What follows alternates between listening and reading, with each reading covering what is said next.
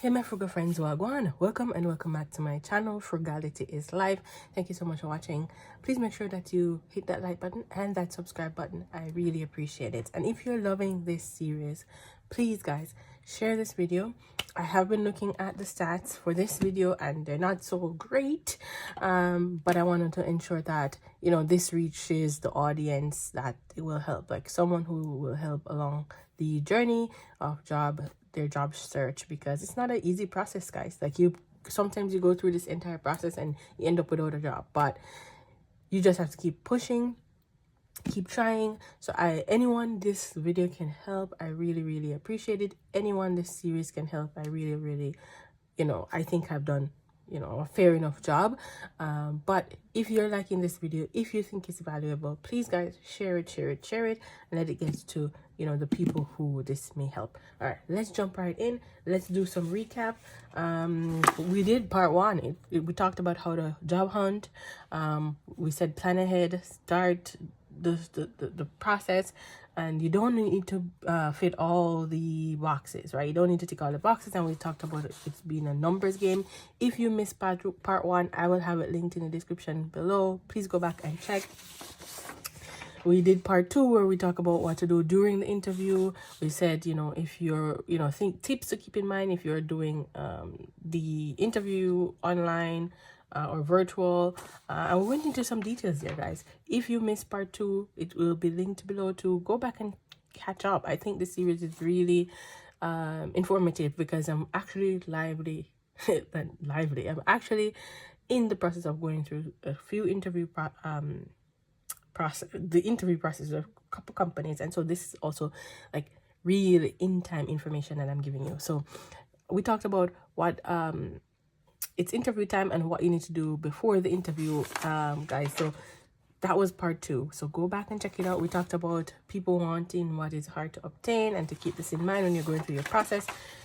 So we covered a lot. We have covered a lot, guys. So if you missed part one or part two, please go back and watch it. And I've created a playlist just for these videos. I think I titled it job search or job hunting or something of the sort. Go back and catch up, guys, because I think this is valuable information. If you are in the process or if you're about to be in the process, I'm giving you live information because I'm currently going through interview processes with a few companies, right? So I'm giving you live information. What I'm asked during these processes or during this interview or interviews, I am coming back to let you know.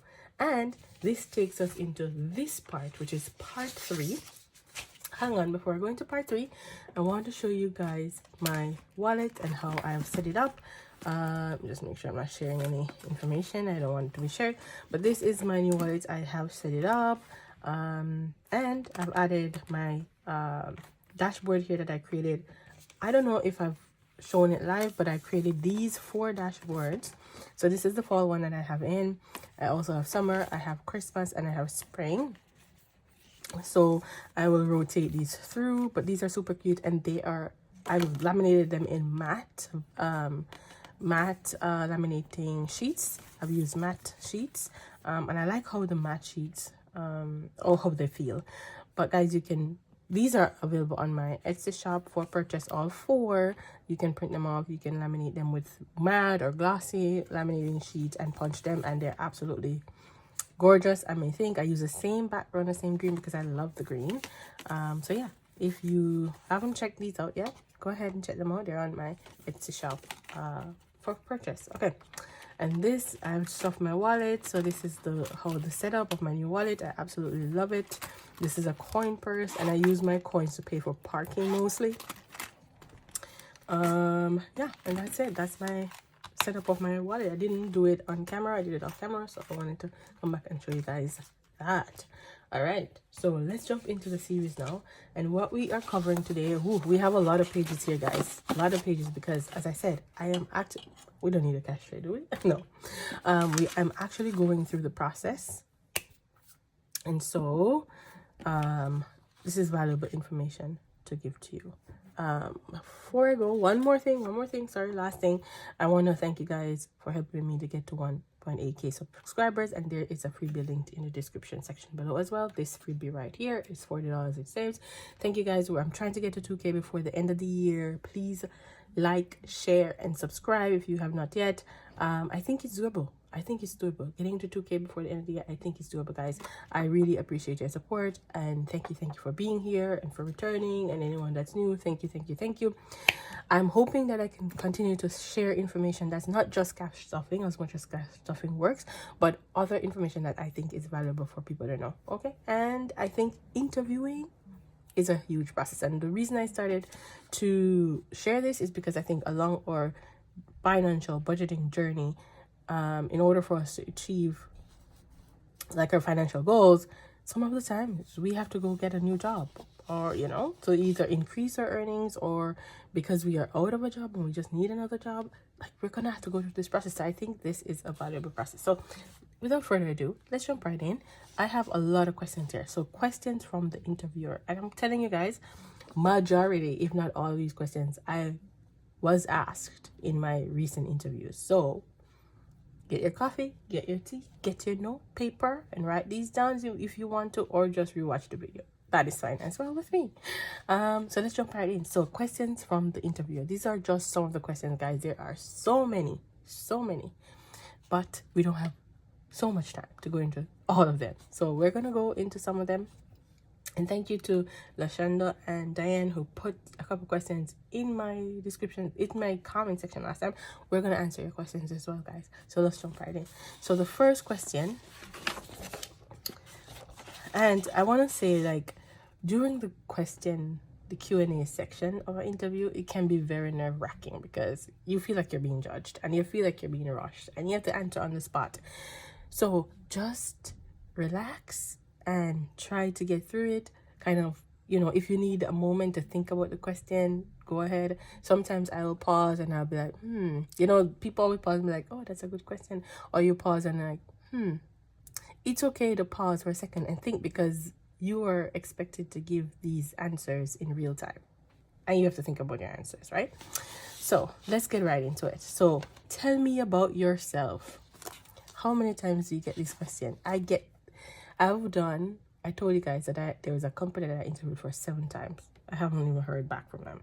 And I'm going through an interview process with another one that I have gone to, I think, 3rd round. And I've had some others that I haven't heard back from. But that is fine, because I take it as practicing and getting comfortable speaking in an interview setting. I take it as it's fine. It just was not the job for me. So let's get in. Tell me about yourself. Now, some people get rattled when they get this question. Tell me about yourself. This is my approach to answering this question. I always expect this question. Always, right? And who doesn't like to talk about themselves? But make sure when you're answering this question, it's okay to include extracurriculars, but be sure to keep it professional, except for extracurriculars like, I also like to travel, or I like to read books. But I would not advise you to talk about, hey, I have 5 kids, I have I don't know, because the interview process, you have to be careful also what you divulge, because this could be a thing that you may be judged on that you don't want to. Okay, so don't talk about how many kids you have. Don't talk about different things. Keep it professional, unless you want to talk about extracurricular. There are times that they may ask you other questions like, what do you do in your spare time, and different things, that you can talk about that. But I would say, when they say tell me about yourself, don't start by, okay, I have 3 kids. No. I say start with your professional background, a summary. So I would start it like, okay, thank you for asking that question. My background as a procurement professional, I have been working in this profession for over 10 years. I have worked in several industries, and I would talk about the industries that I've worked, right? And then I would say I've learned and carried all these skills to be effective in my job that I perform today, and I feel like these skills have been valuable regardless of the industry that I've worked in, I've been able to obtain certain skills that help me to achieve financial and operational goals in my current role, and I'm expecting to do that in this new role should you give me the opportunity, something like that. And then I will go into detail. Like, there are times when I keep it like high level like that, and there are times when I wait for the interviewer to tell me, walk me through your experience, because this is another question that they may ask you, like, okay, you know, I have your resume, but walk me through your experience, right? So these two can come together or they could come separately. But for you to tell me about myself, I like to do a summary. I don't like to go into detail just yet. Like, if you want me to go into detail, I know you will ask. And sometimes I will ask the interviewer, oh, does that answer your question? Like, you know, just to check in with them. So the next thing, walk me through your experience. And then you do just that. They have your resume, so you focus on the main points. Start from current and go backwards. Like, I would recommend starting from current. So for example, I would talk about my current job, and then I will say, you know, what I do at my current job, how much money I manage, because that's my job. Like, I manage a certain amount of spend for my category. And then I will talk about, you know, the skills that needs and main points, right, that I know that I want to call out to the interviewer. And then I will go to the previous job and the previous job and the previous job until I kind of sum up my skill. I only do this if it's relevant to the role. So if I'm applying for a role that's procurement, I will call out my skills pertaining to procurement and then the roles that pertains to procurement, right? And kind of walk them through. And so I think, like, if they need more details, they will ask. But just be confident and just speak, like, don't ramble on. Like, and that's why I think starting at your current and like going to the next and then going to the next will kind of help you have some sort of like a strategy or a focus, right? An area to kind of keep you on track. Like, so you're not mixing stuff from this job to that job. Like, you're not putting it in a pot. You're like, this is what I do at this job. This is what I do at the previous one. This is what I did at the, so on and so forth, right? I hope that helps. So why are you looking for a new opportunity? This is always asked. 100% for me, I'm always asked this. So I always prepare to answer this question. So I would say, do not focus on the negative. Oh, you know what? That manager, I cannot stand her. You know, she's so, she does nothing and she gives me all her work. Like, don't do that. Don't focus on the negative. Don't talk about the negative at all. I would say, like, talk about, it's okay to start to say you're looking for a new career because of growth, you know, and development. And then tie it back to how that growth is going to help the company. Like, they ask these questions, but they're really interested in how you're going to help them, right? That is it. They're interested in how you are going to help them. So try to tie it back always to how you're going to help the company. So for example, why are you looking for a new opportunity? I'm looking for a new opportunity because I feel like at my current job, I've brought a lot of skills and experience, and I've been able to positively affect the operations of the business and the bottom line. I've been able to save them a lot of money over the years and create a lot of processes that currently run smoothly. So I feel like now it's time for me to grow and develop my career in a more challenging environment, something that another company where I can bring that knowledge, that skill, and contribute to their operational success, as well as learning more about their company and helping it to grow while I grow along with it. Something of that sort, right? It's okay to use longevity. I always use longevity. I always say, you know what, I'm looking for a new opportunity because my focus is longevity in a company. I want to be able to, okay, sorry guys if you hear my neighbors, I think they're up, but so I always say I'm looking for a company that I can grow along with, a company that offers longevity. Like, they have been a established company in the industry and they are growing, and I would like to have that. I don't want to have to go to a new job and be looking for another job in a year or two. I want to be able to grow along with a company, grow within that company, and help to, you know, positively contribute to the operational growth of the company. So something along those like that, guys. I got distracted a little bit with my neighbors and then knocking. Number 4, what interests you about this role, or why this company, right? And this is where, like, when you go into the job description, you will find out get details of like why this role is, interests you. Don't talk about the salary if they posted that, hey, I saw that this job is going to pay 300K and that's why I want the job. No. Look for points. Like, if you're someone who your job requires a lot of like Excel skills, spreadsheet work, different things like that, or working with people, being sociable, connecting and kind of with people across the organization, and or building relationships, call those out. Like, okay, this role, reading the job description, this role requires a lot of connection and working with different departments and building relationships, and this is something that I master. This is something that helps me to thrive within the organization, because I believe that building relationships across the organization will in turn help the organization grow when there are opportunities that arises for us to work together as a team, different things like that you can say. And always go back to, like, it will help me to apply my skills that I have already attained in helping to contribute to the growth of the company, right? Things like that, guys. You have to keep in mind. So let's jump to number 5. And number 5, what is your greatest accomplishment? What is your greatest accomplishment? A lot of people get stumped on this because you're thinking, you've done so much, it's hard to put it in like words, and just think of one thing that made you happy. Maybe mention how you have improved a process which positively impacted the operations.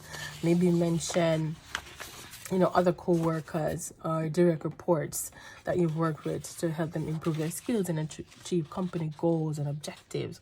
Like, maybe speak about that. Like, speak about, as I said, maybe a project that you worked on where you're able to save a lot of money that, in turn helped the company and free up, different resources within the company. So think about things like that. What is your greatest accomplishment? And, maybe it was a project that you completed, that you were able to complete it before the deadline, and because of that you saved the company money, or you open efficiencies. Like, think about things like that, and that will help you to answer that question. What are your greatest weaknesses? Now, this get people every single time, and it used to get me in the interview process, because I'm like, I don't want to talk about my weaknesses, like this is going to go against me. But I realized that it's not what you say, but how you say it, right?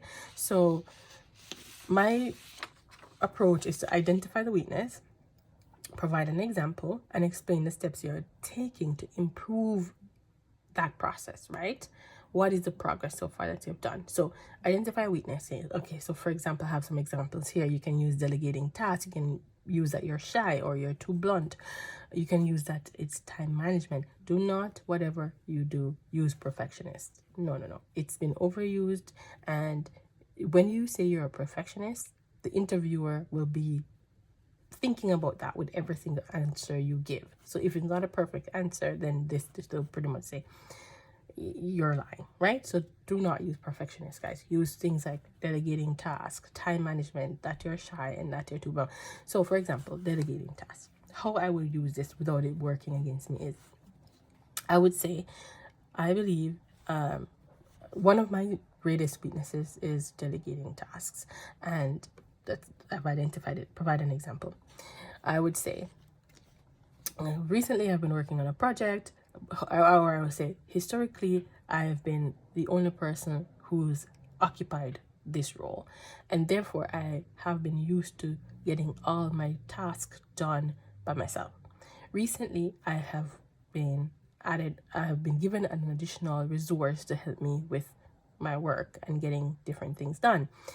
I struggle with delegating the task because I have previously been the only person in the role, and therefore I find it difficult to delegate and trust other people to complete the job the way I would do it, then I would say, explain the steps you're taking. So what I've done is I have created a touch point with my additional resource so we can go over what the progress of the project is and if they need help and how we can ensure that we stay on target in completing the different tasks.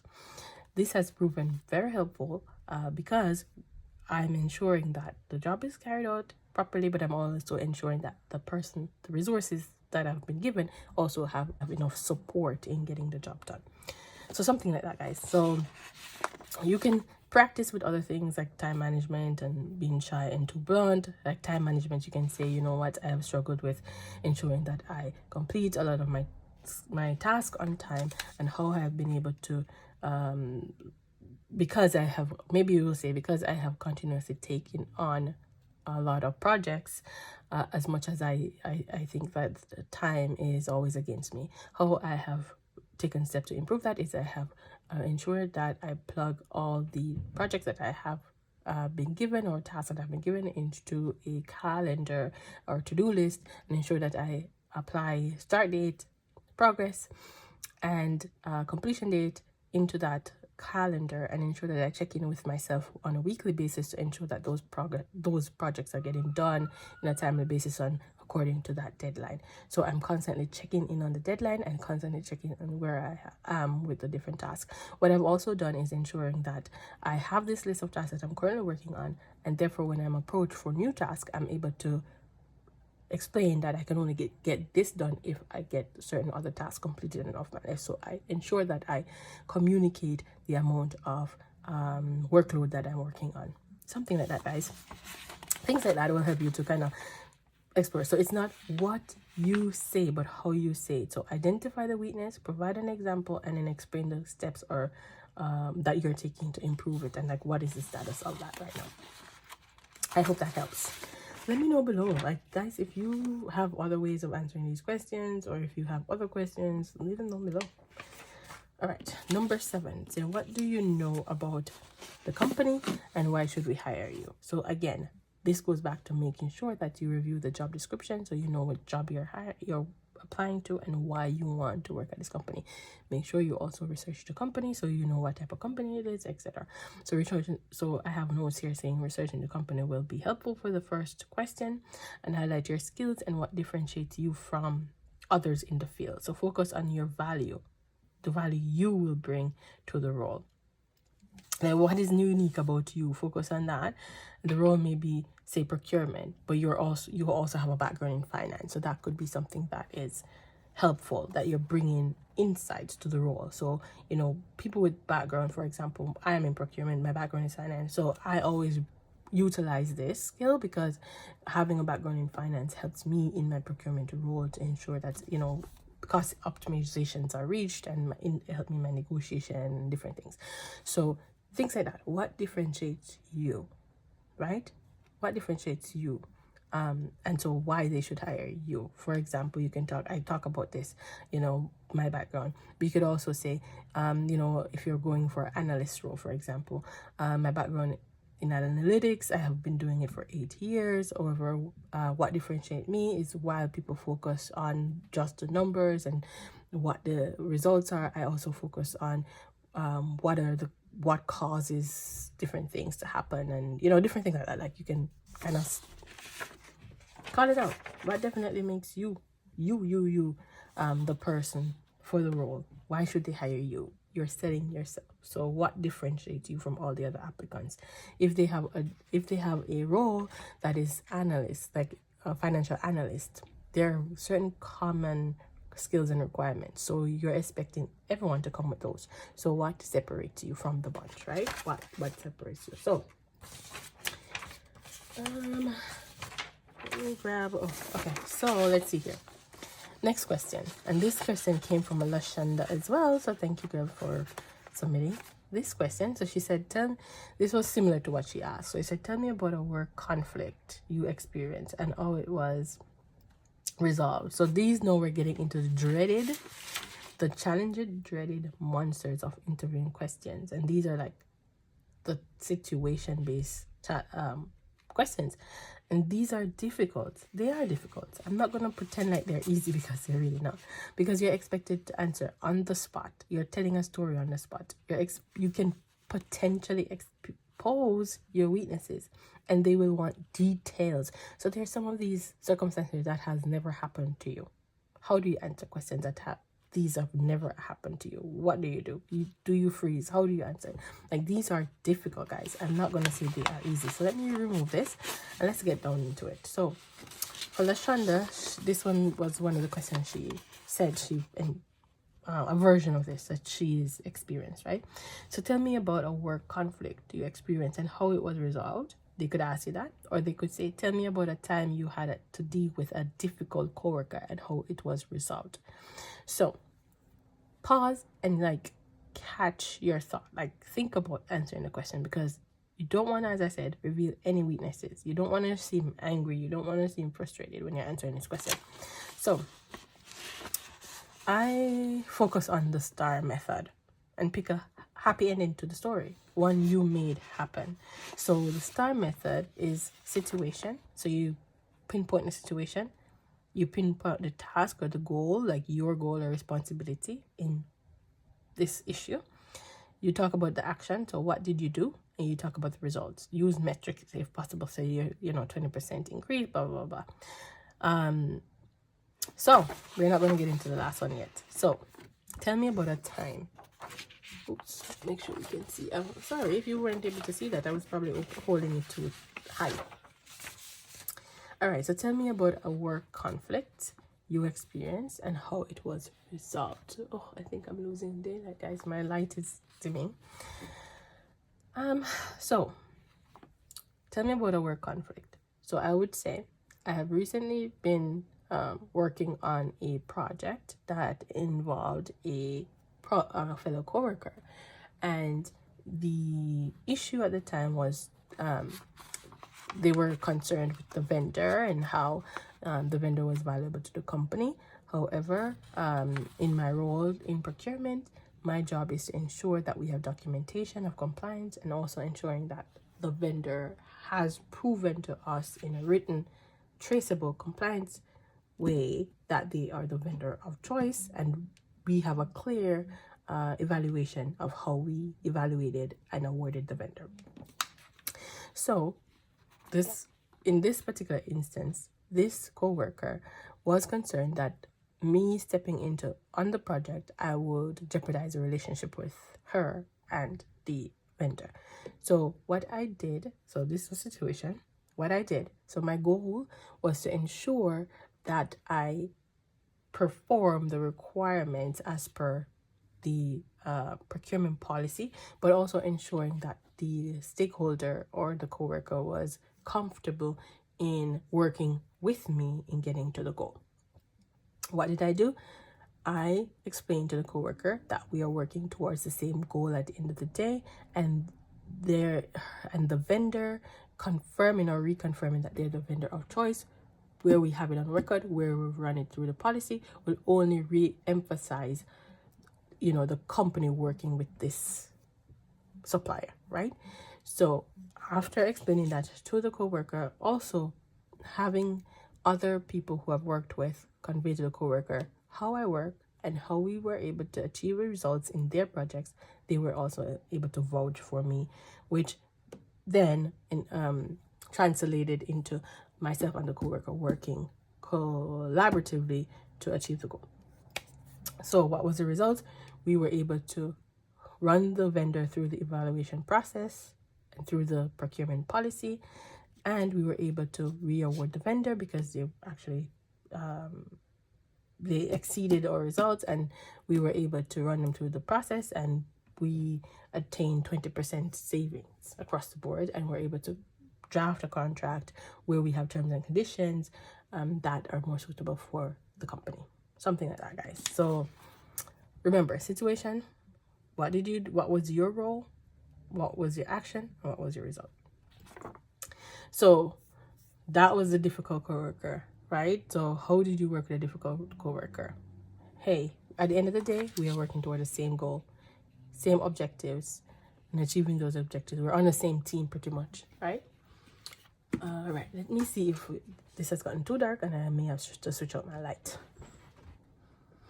I think we can keep going because we don't have a lot left. All right, the next question is, tell me about a time when you failed. This is a tough one, guys. Tell me about a time when you failed. So this means there is no positive at the end, right? But this question is all about you. How do you handle failure when something does not go right? How do you handle it? Do you blame others? Do you point fingers? How do you handle it? So this is kind of looking for you to answer, saying that you've taken ownership and how you went about it. So how do you answer this question? Tell me about a time you failed. So for example, you can say, I was working on a project where where the intent was to increase sales revenue by 10%. In this project, something went wrong. You make it applicable to your job, guys. And we were not able to deliver this. What I did was I took ownership. I reached out to the client and, blah, blah, blah, blah. Like, you have to, this is about taking ownership. So you have to think about your role and think about, things that you're doing in your job and how taking ownership would highlight you as a person who does not point fingers. You roll up your sleeves, and when something doesn't go wrong, how do you approach it? How do you remediate? So think about that. It's about taking ownership. Sometimes when I get these questions, I think about it, what are they looking for, right? What skill is the interviewer looking for from me when I'm answering these questions? Tell me about a work conflict. They're looking for conflict management. How do you manage conflict in the workplace? Tell me about a time when you failed. They're looking for you taking ownership, right? So a lot of this is, you can think about what are they looking for, right? Tell me something about your worst time in your professional career and how you handled it. This came from Diane, and she said this seems like a trap. But if I must say, Diane, you answered this question in part 1, because what you were saying in part 1 is like, you had a hard time in finding jobs in your current role or your professional world, and what you did was you pivot and you actually started getting into an alternate means of generating income. This is precisely how you would answer this question. So tell me about something that your worst time in your professional career. I was not able to find a job in my procurement world in my profession, and I applied. I applied through workshop job boards. I went through my social circle, and I tried to find opportunities there, and there was nothing. However, I knew I still had to pay my bills, and therefore I pivoted to another source of looking for online jobs, and I was able to find a job online to generate income. I was able to create my own business to generate income. I was able to find alternate means of generating income. That explains this right here. So tell me about a worst time you've said, I wasn't able to find a job, and how you handle it. I was able to pivot. So what is the interviewer looking for when they ask you this question? How you handle a difficult situation and how you think out of the box. So guys, I hope this has been helpful. Diane, thank you for your question. Lashanda, thank you for your question. Let me know below if this has helped you. We are now at episode part 3 of the series, and the next series we're going to talk about questions you can ask the interviewer. So I hope this has been helpful. We went through a few questions here, guys. I think we've covered a lot actually, so I hope they were helpful to you. And as I said, if these are helpful to you and you think they may be helpful to others, please share this video. Please share. Please help others to find the video. And I think YouTube got a little bit confused because I usually do cash stuffing videos and, you know, different things.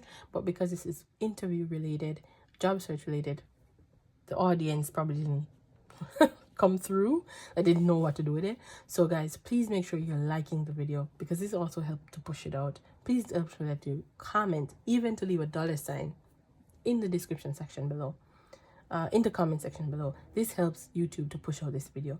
And then I would really like the people who are looking for jobs, job hunting, or thinking of doing that, to find this resource, and hopefully it'll be something that's helpful to them. So guys, please ensure that you like the video because it pushes it out. Ensure that you leave a $sign if you haven't said anything. Leave it below. Help me to help YouTube push out this content so others may find it, and hopefully it's valuable. So come back for part 4, where we're going to talk about questions you should think of asking the interviewer. So thank you so much for watching. Until next time, keep budgeting. Remember to subscribe. Remember to hit the like button. Stay frugal and walk good.